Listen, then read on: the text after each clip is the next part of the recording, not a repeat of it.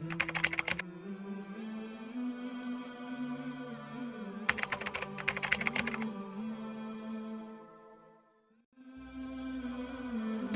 দুর্যোগ, মহামারী, বন্যা, জলোচ্ছ্বাস সহ নানান বিপদে আক্রান্ত মানুষের উপকারে এগিয়ে আসা প্রতিটি মানুষেরই নৈতিক দায়িত্ব।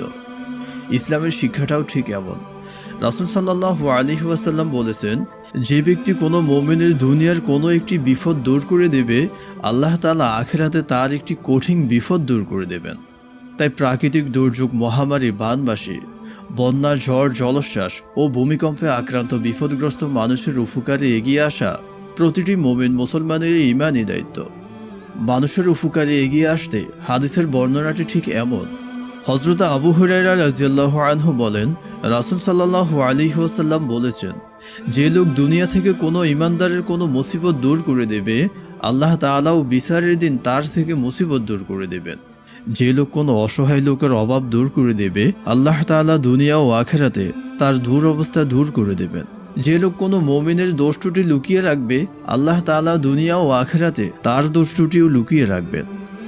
বান্দা যতক্ষণ তার বাইরের সহযোগিতায় আত্মনিয়োগ করে, আল্লাহ তাআলাও ততক্ষণ তার সহযোগিতা করতে থাকেন। এরপরে নবী সাল্লাল্লাহু আলাইহি ওয়াসাল্লাম মানুষের ব্যক্তি জীবনের কিছু আমলের নসিহত পেশ করেন এভাবে: যে লোক জ্ঞান অর্জনের জন্য রাস্তায় বের হয়, আল্লাহ তাআলা তার বিনিময়ে তার জন্য জান্নাতের পথ সহজ করে দেবেন। যখন কোনো সম্প্রদায় আল্লাহর ঘরসমূহের একটি ঘরে একত্রিত হয়ে আল্লাহর কিতাব পাঠ করে এবং একে অপরের সঙ্গে মিলে কোরআন অধ্যয়নে লিপ্ত থাকে, তাদের উপর শান্তির দ্বারা অবতীর্ণ হয়, আল্লাহর রহমত তাদেরকে আচ্ছন্ন করে ফেলে এবং ফেরেশতাগণ তাদের চারদিকে পরিবেষ্টন করে রাখেন। মানুষের মুসিবত দূর করে দেওয়া, অসহায় মানুষের অভাব দূর করে দেওয়া, বিপদগ্রস্ত অন্য ভাইয়ের সাহায্য সহযোগিতা করা, সহযোগিতামূলক যে কোনো কাজে নিয়োজিত থাকা ব্যক্তিদের দুনিয়া ও আখিরাতের কল্যাণে নিয়োজিত থাকবে স্বয়ং আল্লাহ তাআলা। শুধু তাই নয়, যারা বিপদগ্রস্ত মানুষের উপকারে নিয়োজিত থাকবে, আল্লাহ তাআলা তার কাছাকাছি ফেরেশতাদের মধ্যে এসব উপকারী মানুষ সম্পর্কে আলোচনা করতে থাকেন, তাদের দুনিয়া ও পরকালের কল্যাণে নিয়োজিত করতে থাকেন।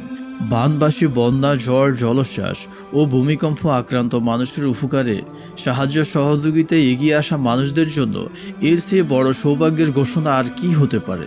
সুতরাং মুমিন মুসলমান সহ সবারই উচিত বিপদগ্রস্ত মানুষের উপকারে এগিয়ে আসা, হাদিসের ঘোষণার প্রতি বিশেষ আমল করা, নবীজির ঘোষিত ফজিলত ও মর্যাদার অধিকারী হওয়া।